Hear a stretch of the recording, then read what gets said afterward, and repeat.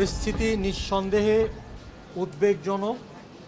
প্রতিদিন নতুন আক্রান্তের সংখ্যা বাড়ছে।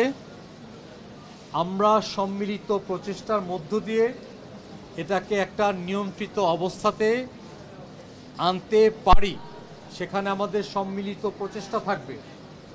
আমরা আমাদের জনগণকে আহ্বান জানাচ্ছি, তারা আমাদের সঙ্গে সম্পৃক্ত থাকবেন। একসাথে এই দুর্যোগ আমরা মোকাবেলা করব। মশা মেয়র, মন্ত্রী কিংবা চিকিৎসক, ছাত্র, বুদ্ধিজীবী দেখে তো কামড়াবে না। আমরা নিজেরাও তো আতঙ্কিত, আমারও তো পরিবার রয়েছে, আমিও আতঙ্কিত। আপনি যেরকম আতঙ্কিত, আমরাও আতঙ্কিত। আমাদেরকে সবাইকে মিলে আমাদের একটা কালেকটিভ এফোর্ট নিয়ে এটাকে